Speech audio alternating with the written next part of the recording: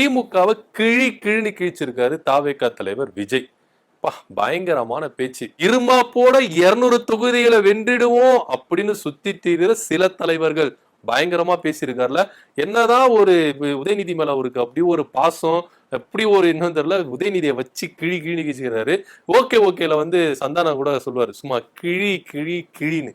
அந்த மாதிரி இப்ப பயங்கரமா கிழிச்சிருக்காரு விஜய். அது மாத்திரம் இல்லாம திருமாவளவன் திமுகவுடைய கைப்பிடியில இருக்காரு. என்னதான் அவர் இந்த நிகழ்ச்சியில கலந்து கொள்ளல அப்படின்னாலும் அவருடைய நினைவுகள் எல்லாம் நம்ம கூட தான் இருக்கு. ஏன் அப்படின்னு பாத்தீங்கன்னா, அம்பேத்கர் நூல் வெளியீட்டு விழால கூட கலந்துக்க முடியாத அளவுக்கு திமுக எந்த அளவுக்கு ஒரு நெருக்கடி கொடுத்தது அப்படின்றத நம்ம எல்லாருமே அறிவோம். அப்படி ஒரு நிர்பந்தமான ஒரு சூழ்நிலையில் இருக்கிறாரு திருமாவளவன். அதனால அவருடைய நினைப்பு ஃபுல்லா இங்கதான் இருக்கும், அவர் மனசு ஃபுல்லா நம்ம கூட தான் இருக்கும். அதுல எந்தவித மாற்று கருத்து இல்லை. ஆனா இப்பேற்பட்ட ஒரு அரசை என்ன பண்ண போறேன், மக்களோட மக்களா நின்று என்ன பண்ண போறேன், வீட்டுக்கு அனுப்ப போறேன் அப்படின்ற மாதிரி அவர் ஒரு ஸ்டேட்மெண்ட் கொடுத்தாரு.